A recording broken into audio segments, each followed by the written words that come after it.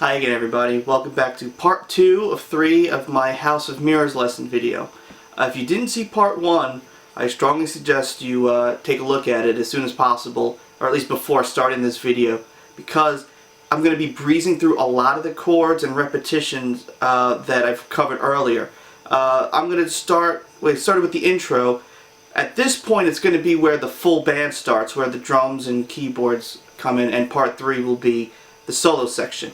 So if you get confused by any of this stuff, check out the first video because I'm going to breeze right through it. So I like to think of this part as like the intro section with a different ending, but that different ending of course is much longer. So I'm going to breeze through the first half of this section because it's just like in the other video. There's just a little bit of a part where it transposes, and then that ending is going to have all brand new chords.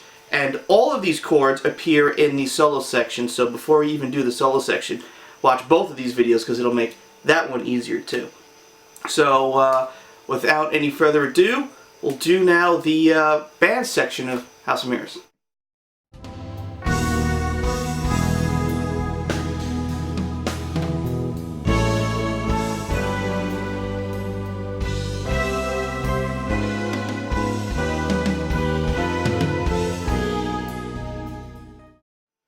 So, as I just said previously, this whole section repeats almost identically to the intro section where there's just Allan playing by himself. The only difference is there are about 4 or 5 chords that are now transposed a half step up, but the voicings and everything are exactly the same, it's just transposed. So I'm going to rush through these chords, not really talk about them until they change. So, starts off the same way with that B major to add 11.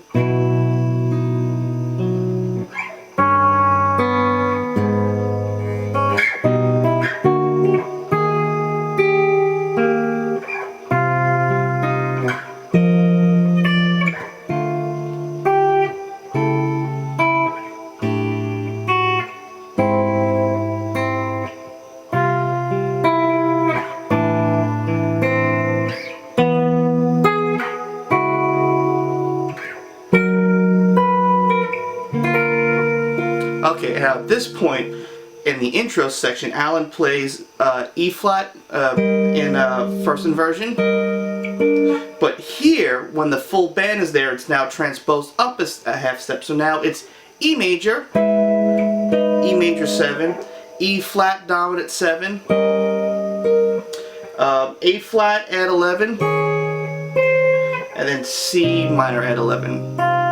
Exactly like the other chords before, same order, just transpose a half step, just for those few chords, just for those 1, 2, 3, 4, I guess 5 chords. And then it ends the same way with the E flat major 7 sharp 11.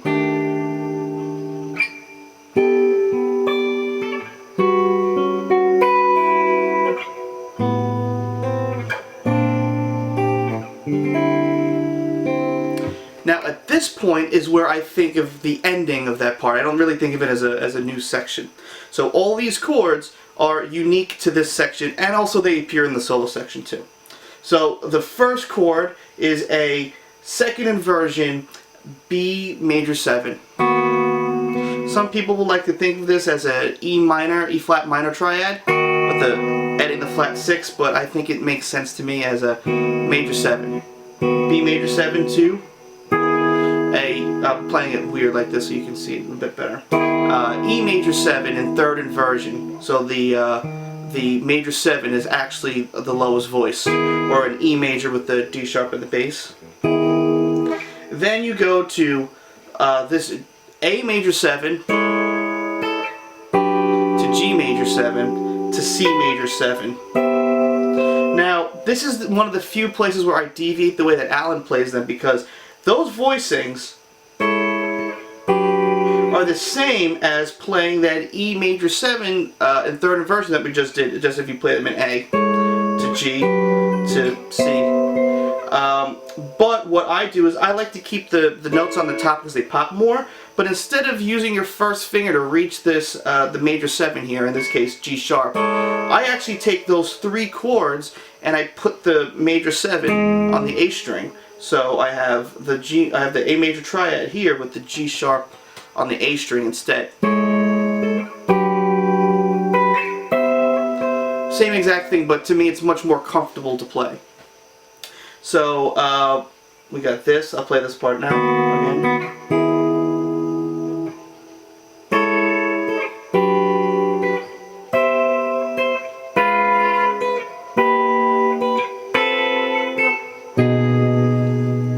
So that section, Allan's basically playing these major triads up a whole step. You're playing C sharp major to E flat, D sharp major to F major, while you're pinning a B note on the top. So in this case, you basically have a D flat dominant 7 to an E flat major with an added flat 6 or flat 13, and then an F major with an add sharp 11, because you're moving that major triad up while you're keeping the top note the same. And then that final chord is a B major 13. You can also think of this, I believe, as a first inversion G minor add 9, which I sometimes like to do. And if you take the note here, if you take the note on the G string and you move it up here, you have this, which you might not recognize, but it's in Material Real. It's actually a minor add 9. So I've been using this chord a lot because I think it's pretty unique and cool. So anyway, the B major 13.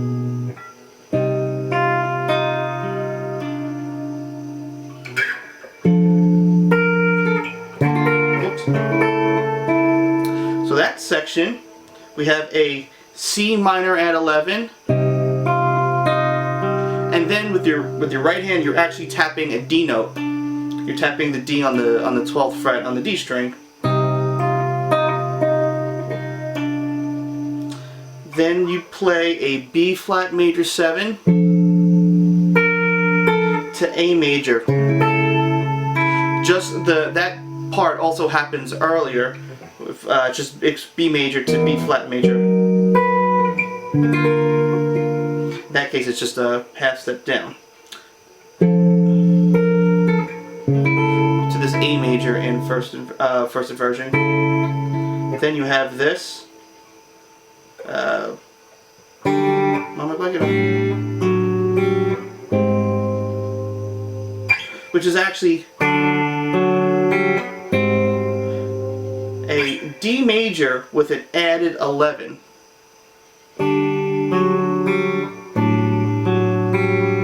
I'm sorry, I forgot the A on the low E string. If D, the chord was right, D, F sharp, and A, but now you're adding in a G to an A flat major 7, which I love. Now this is very unusual for Allan because he actually doesn't really play this chord very often. And when I first saw it, I thought, oh, maybe he actually meant the major 7 sharp 5, but no, it's A flat major 7. Then it goes to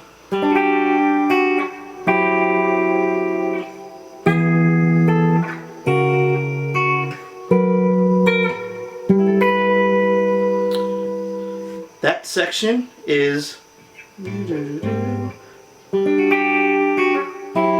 can think of this chord as two different ways. The bass is actually playing a G here. So it's actually, if you think of it as G being your root, it's really a G major 7. You have a G, a D, and a F sharp, and then another G. But the problem is, I don't like thinking of it as a major 7 because you're not playing a B. It could be G minor major 7.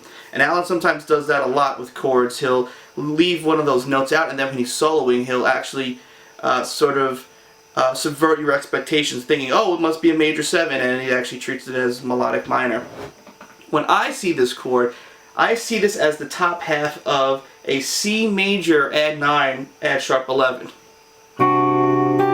which is also in Looking Glass. But you're not playing the C. you're just playing the top half of it. So that's how I think of the chord. So I'm thinking of it as a C major, add 9, add sharp 11. And then after that, it's really the same kind of chord, because now you have a C major triad with the sharp 11 in the bottom. This chord is also in Texas.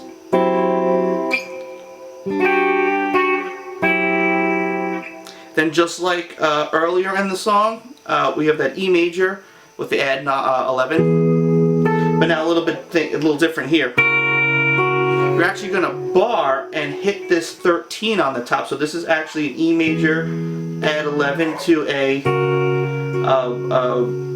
I guess more like a minor 13, C sharp minor 13 or C sharp minor add 13. And then you play B major 7 to one of Allan's favorite chords. You can think of this chord as two different ways. You can think of it as the root being a G. So in this case, it's a G 6 over 9 chord, with your 6 and your 9 here, and then your major third. Or you can think of it as an E minor add 11. And I've had that debate before with other people. After this chord, the song ends the same way as I just played it. So you go to now E major, and then E major 7, E flat dominant 7, A flat at 11, C minor at 11. Then with the same exact ending.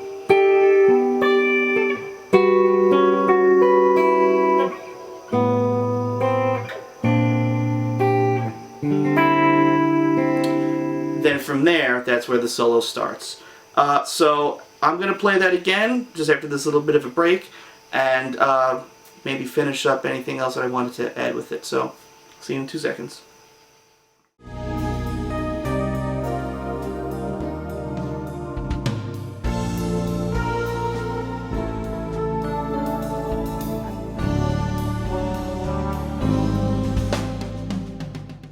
Alright, I'm now going to play the entire section that we just went over, from where the whole band starts to the beginning of the solo. So, here we go.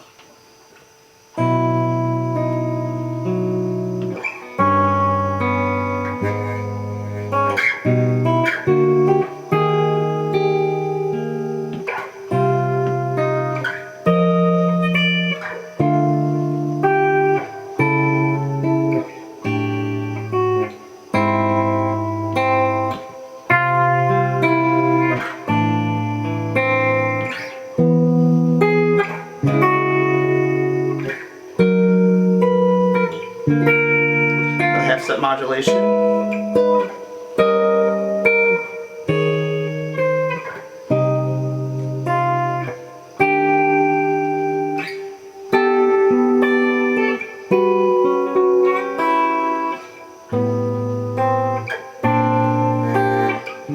Now to the new section.